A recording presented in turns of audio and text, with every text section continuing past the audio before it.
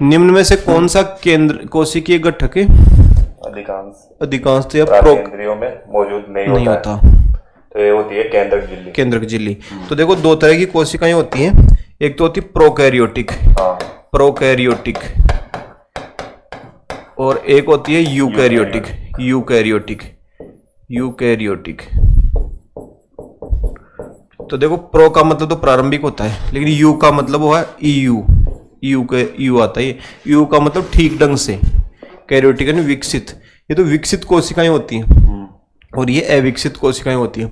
तो इन अविकसित कोशिकाओं में क्या होता है कि जो भी झिल्ली वाली कोशिकाएं होती है ना वो पाई नहीं जाती, झिल्ली नहीं पाई जाती, डीएनए वगैरह कोशिका के अंदर बिखरा हुआ पाया जाता है ना। तो कोशिका झिल्ली भी, केंद्रक झिल्ली भी नहीं पाई जाती, केंद्रक का जो डीएनए वो बिखरा हुआ पाया जाता है किसमें, प्रोकैरियोटिक में, यूकैरियोटिक में सही पाया जाता है, सुव्यवस्थित होता है। हाँ, तो प्रोकैरियोटिक में आ गया केंद्रक झिल्ली, और झिल्ली वाली कोई भी संरचना नहीं पाई जाती मतलब प्रोकैरियोटिक में। उसके बाद में अगला क्वेश्चन है अपना दूसरा कि मानव कोशिका में ग्लूकोज के विघटन द्वारा ऊर्जा का निर्माण होता है। तो ग्लूकोज के विघटन के लिए किसकी आवश्यकता पड़ती है, ऑक्सीजन की आवश्यकता पड़ती है। ग्लूकोज का विघटन होता है तो ऑक्सीजन की जरूरत पड़ती है, और ये होता है किसमें, माइटोकॉन्ड्रिया में। किसमें होता है, माइटोकॉन्ड्रिया में होता है ऑक्सीकरण, माइटोकॉन्ड्रिया। कोशिका का शक्ति गृह बोलते हैं इसको। इसको ऐसे मान सकते हैं कि भाई कई लोग पैसे मांगने के लिए आते हैं तो सबने दे दिया, लेकिन माई तो कौन दिया, माई क्यों कौन दिया, माई क्यों इसलिए नहीं दिया क्योंकि माई तो पावर हाउस है ना, तो जाफड़ मार करके भगा देगी माई, है ना। तो इस तरीके से माई तो कौन दिया, क्यों, क्योंकि माई तो है पावर हाउस और उसमें ऑक्सीकरण होता है ग्लूकोज का, तो उसमें ऑक्सीजन की जरूरत पड़ती है। तो माई तो कौन दिया यानी पावर हाउस। उसके बाद में देखो अगला, ये क्या हुआ, ट्यूशन कहाँ गायब हो गया, ये आ गया, ये आ गया। अधिकांश कोशिकीय प्रक्रियाओं के लिए ऊर्जा मुद्रा क्या होती है, एटीपी होती है, एटीपी, एडिनोसिन ट्राइफॉस्फेट। और जब इसमें से एनर्जी निकल जाती है तो एडिनोसिन डाइफॉस्फेट बदल जाती है, एडीपी, एडीपी हो जाती है। ये लाइट उसमें जो आते ही एटीपी हो जाती है। टी का मतलब ट्राई, ट्राई यानी तीन अणु होते हैं फास्फेट के, और इसमें दो ही अणु रहते हैं, एक फास्फेट का बंधन टूटते हैं उसमें से ऊर्जा रिलीज होती है। तो ये ऊर्जा मुद्रा है कौन, एटीपी, और एडीपी जो है वो इसी का रूप है, लेकिन इसमें से एक फॉस्फेट समूह कम है। उसके बाद में देखो किस कोशिकांग को कोशिका की आत्महत्या की थैली बोलते हैं, लाइसोसोम, लाइसोसोम, क्योंकि लाइसोसोमर ऐसे है, यानी लाई के अंदर सो करके मर, तो ये है आत्महत्या की थैली। और इस आत्महत्या की थैली के अंदर क्या है, इसके अंदर पाचक रस, हाइड्रोलिटिक, पाचक रस भरे हुए होते हैं, हाइड्रोलिटिक। तो एक कोशिका के अंदर पाचन क्रिया भी का भी काम करती है, और इसके अलावा कभी कभी जब कोशिका बूढ़ी हो जाती है तो पूरी कोशिका को पचा करके खत्म कर देती है, जिससे कैंसर वगैरह जैसी बीमारियां नहीं होती है। और ये लाइसोसोम आती कहाँ से है, तो ये आती है गाल्जिकाय, गाल्जिकाय है ना। तो इसको आप याद ऐसे नहीं रखते गाल्जिकाय से, तो इसको ऐसे रखते कालची गाय, कालची गाय होती है ना, एक तो दौड़ची गाय होती है और एक होती है कालची गाय। तो कालची गाय के पेट में से आत्महत्या की थैली निकलती है। गायों का जब ऑपरेशन होता है तो पेट में से थैलियां निकलती है, थैलियां खा जाती है, तो वो सब कहाँ से निकलती है, लाइसोसोम निकलता है कहाँ से, कालची गाय के पेट में से। हाँ, तो ऐसे अपन याद कर सकते हैं। उसके बाद में अगला क्वेश्चन है पांचवा आपका कि भाई प्रोकैरियोटिक राइबोसोम की उपिकाई संरचना क्या है, 50S और 30S है ना। तो देखो एक तो प्रोकैरियोटिक, और एक है यूकैरियोटिक। तो इसमें याद नहीं रहता किसी के बाप को भी कौन सा है, किताबों में छपा हुआ था लेकिन लोगों की याद नहीं होता ये कौन से राइबोसोम की उपिकाई होती है। तो देखो प्रोकैरियोटिक में होता है 30S और 50S, और ये दोनों मिलाकर के बनाते हैं 70S हो जाएगा ना। 30S 50S मिलकर के क्या बना देंगे, 70S प्रकार का राइबोसोम बन जाएगा। ये उपिकाई और ये इकाई। यूकैरियोटिक में 40S और 60S मिलकर के 80S बना देती हैं, 80S। तो याद नहीं रहता तो ऐसे याद कर लो। इसमें तो भी सम संख्या वाला 30 50 70 20-20 के अंतराल पे 30-50 वाले मिलके 70 बना लेते हैं। प्रोकैरियोटिक में कमजोर है ना ये तो, और इसमें 40 60 80, 40 60 भी कंटिन्यू है हाँ। और 80 भी कंटिन्यू है। तो इसमें ये दोनों मिलकर के ये बना लेते हैं, ये दोनों मिलकर के ये बना लेते हैं। तो अब आप स्टूडेंट से पूछो, स्टूडेंट ये बताओ भाई तुम लोग कि प्रोकैरियोटिक में कौन कौन से होते हैं?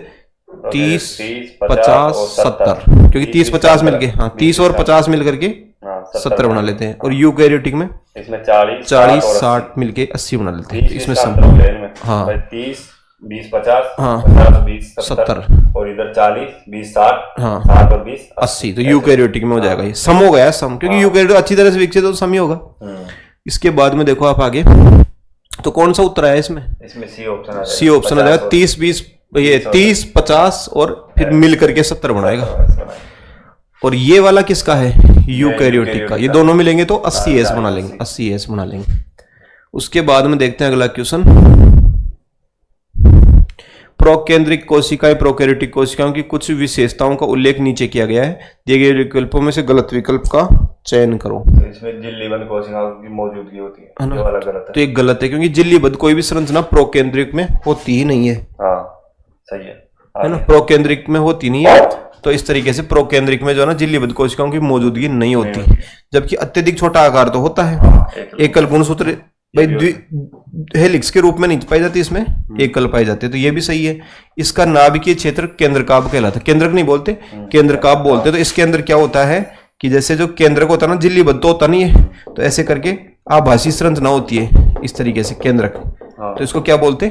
केंद्रकाभ। भाई झिल्ली होती तो ऐसे स्पष्ट दिखता, लेकिन झिल्ली नहीं है तो केंद्रकाभ भी होगा इस तरीके से। तो कौन सा इसमें गलत है? तो झिल्लीबद्ध, ये इसमें गलत है। हाँ मतलब सही आंसर यही है, गलती पूछ रही है। जब एटीपी में टर्मिनल फास्फेट लिंकेज को जल के उपयोग द्वारा तोड़ा जाता है तो कितनी ऊर्जा मुक्त होती है? 30.5 होती है ना, है ना। एटीपी टूट करके एडीपी बना लेता है। एडिनोसिन ट्राइफॉस्फेट से डाइफॉस्फेट यानी 3 फॉस्फेट से 2 फॉस्फेट पे आता है। तो 30.5 किलोमोल एनर्जी उसमें से निकल जाती है। 30.5 कमोल किलोमोल है ना। हाँ तो इस तरीके से ऐसे याद हो जाएगा। 30.5। कौन सा कोशिकांग विषाक्त पदार्थों और कोशिकाओं के जहरीले प्रभाव को खत्म कर देता? अंतःप्रद्रवी है ना। ये होती है, 2 होती है। एक तो दानेदार संरचना होती है, यानी ये होती है दानेदार अंतःप्रद्रवी जालिका।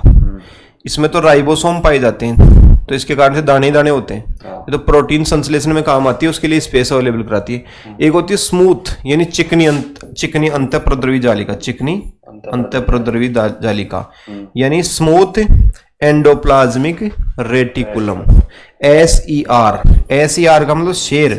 तो शेर किसको खा जाता है? विषाक्त पदार्थों को और औषधियों के जहरीले प्रभाव को खा जाता है। लीवर वगैरह में ज्यादा पाया जाता है शेर। शेर मजबूत होता है, तो शेर अंतःप्रद्रवी जालिका होगी जो विषाक्त पदार्थों को खत्म कर देती है। आपका उत्तर होगा ए, अंतःप्रद्रवी जालिका। अंदर का जो प्रद्रवी होता है ना, उसको खत्म कर देती है जालिका। उसके बाद में देखो अगला क्वेश्चन। निम्नलिखित में किस प्राणी उत्तक में चपटी कोशिकाएं पाई जाती हैं? उपकला में। अब चपटी इसलिए पाई जाती है क्योंकि जैसे मुंह के अंदर की संरचना है, तो इसकी जो कोशिकाएं होती है वो खड़ी थोड़ी पाई जाएंगी, जैसे चपटी पाई जाएंगी लेटी हुई। तो चपटी कोशिकाएं पाती है इसमें सल की उपकला के अंदर, है ना। तो ये वाली हो गई।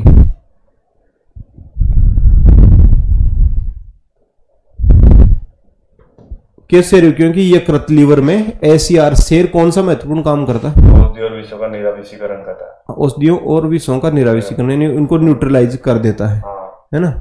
जो भी जहर होता है उसको खत्म कर देता। कौन? जहर को खाता शेर। SER यानी स्मूथ एंडोप्लाज्मिक रेटिकुलम, चिकनी अंतःप्रद्रवी जालिका। निम्न में से किस कोशिकीय घटक को कोशिका के प्रोटीन के कारखाने के रूप में जानते हैं? तो ये राइबोसोम। राइबोसोम को बोलते हैं। और माइटोकॉन्ड्रिया, पावर हाउस बोलते हैं इस कोशिका को। और ये गाल्जिकाय जो है ना, गाल्जिकाय, कालचिकाय, इसका अंग्रेजी में नाम कई बार गाल्जिकाय भी आता है और गाल्जी बॉडी भी आता है। गोल्जी बॉडी है ना, गोल्जी बॉडी। तो आप इसको ऐसे याद कर सकते हो कि जो कालचिकाय है ना, उसी ने बॉडी बना रखी जिम कर करके, है ना। ये तो जोड़ची गाय है, उसको तो कोई ऐसे मानते नहीं है। तो जिम कौन करती है? गालचिकाय, कालचिकाय।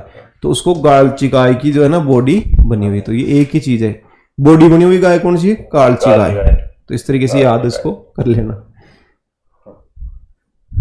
भाई। कुल मिलाकर के एक ही याद होना चाहिए, क्योंकि याद होता नहीं, कभी साला अंग्रेजी में पूछता, कभी हिंदी में पूछता है। हाँ, तो इस चक्कर में निम्न से किसी कोशिका का पावर हाउस बोलते हैं? माइटोकॉन्ड्रिया। माइटोकॉन्ड्रिया। माई तो क्यों कौन दिया? क्योंकि माई के पास में पावर था। हाँ। माइटोकॉन्ड्रिया। उसके बाद में आ गया अपना निम्नलिखित में से किस कोशिकाओं को कोशिका की आत्महत्या की थैली बोलते हैं? लाइसोसोम को बोलते हैं। लाई में सोमर, लाइसोसोमर है पूरा नाम, लेकिन लाइसोसोम। इसकी खोज किसने करी थी? डी डुबे ने की थी। डी डुबे। तो भाई जो डूबेगा वो आत्महत्या करेगा, और जो लाई के अंदर यानी आग के अंदर सो जाएगा वो भी आत्महत्या की थैली हो जाएगी। तो इसके अंदर पाचक रस पाए जाते हैं, इसके अंदर है ना, पाचक रस पाए जाते हैं, और इसको हाइड्रोलिटिक एंजाइम भी बोलते हैं। क्या काम है इसका? पाचन का काम है, और कोशिकाओं को भी कई बार सुलटा देती है, निपटा देती है। ये वाली कहां से आती है? कालची गाय के पेट में से। उसके बाद में देखो स्लाइडेन और स्वान द्वारा दिया गया कोशिका सिद्धांत निम्न से किस जीव पर लागू नहीं होता? वायरस विषाणु पे लागू नहीं होता, क्योंकि वायरस में कोशिका होती नहीं है, तो इस पे लागू नहीं होता, और सब पे लागू होता है, विषाणु पे ना। रॉबर्ट हुक द्वारा कोशिका की खोज किस प्रकार से की? कार्क का निरीक्षण है ना।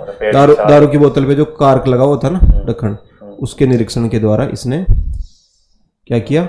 कोशिका की खोज कर दी। और एक रॉबर्ट ब्राउन था, उसने कोशिका के केंद्र की खोज करी, नाभिक की, है ना। और कोशिका का नाम किसने दिया? सेल का नाम।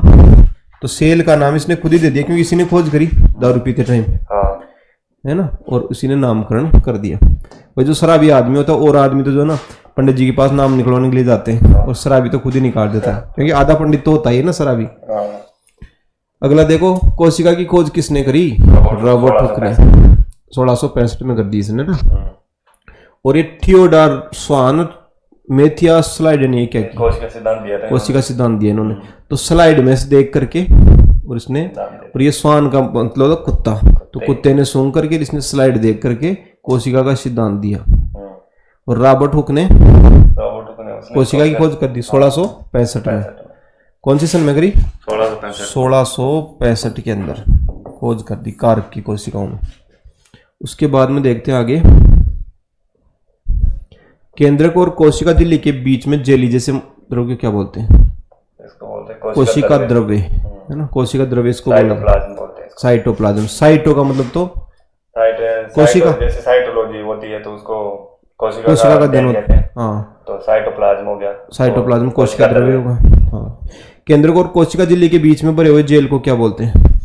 साइटोप्लाज्म, क्योंकि साइट का मतलब कोशिका, कोशिका द्रव्य कहते हैं। और प्रोटोप्लाज्म अलग चीज होती है, इसका नाम तो उसने दिया पुरकिंजे ने।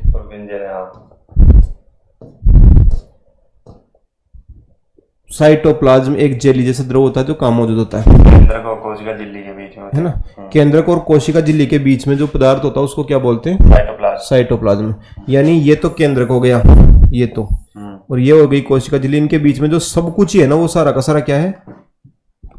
साइटोप्लाज्म बोलते हैं सारे के सारे को, है ना, इस तरीके से। उसके बाद में देखो अगला क्वेश्चन आपका, कि पानी की कमी कारण से कोशिकाओं में संकुचित होकर कोशिका भित्ति अलग हो जाती है, इसको क्या हो जाएगा? प्लाज्मोलिसिस। पजामोलिसिस है ना। पानी की कमी हो जाएगी तो पजामोलिसिस जाएगा। तो पानी को खूब पीना चाहिए ना, यदि पजामा खराब नहीं करना है तो पानी पीना पड़ेगा। तो पजामोलिसिस कब होता है? पानी की कमी हो जाती है, तब पजामोलिसिस हो जाता है। तो पानी कमी होगी तो कोशिका क्या हो जाएगी? संकुचित हो जाएगी पेट के अंदर। हाँ, पजामोलिसिस हो जाएगा। उसके बाद में देखो आप आगे को कोशिका के पावरहाउस के रूप में जानते हैं माइटोकॉन्ड्रिया। माई क्यों कौन दिया? पावर था, पूरे घर का पावर हाउस माई के पास में रहता है। कोशिका का वह बाह्यतम आवरण कौन सा है जो कोशिका के अवयवों को उसके बाह्य वातावरण से अलग करता है? प्लाज्मा झिल्ली। बाह्यतम आवरण तो क्या हो गया? प्लाज्मा झिल्ली हो गया ना, तो बाह्य वातावरण को अलग अलग कर देता है। उसके बाद में अगला क्वेश्चन है अपना सेकंड लास्ट है, लास्ट है, जीवन की मूलभूत इकाई। ये रह गया क्या? एक नहीं हो गया, ऊपर वाला हो गया। हाँ। हो गया वो ये हो। अगला एक क्वेश्चन गायब हो गया यार इसमें। जीवन की मूलभूत इकाई क्या है? कोशिका जीव की मूलभूत इकाई है। और आगे और देख लेते हैं कुछ हो तो। हो गए, ये हो गए 25 क्वेश्चन। कितने मिनट का वीडियो हुआ? तो ये हो गया अपना 15 मिनट का।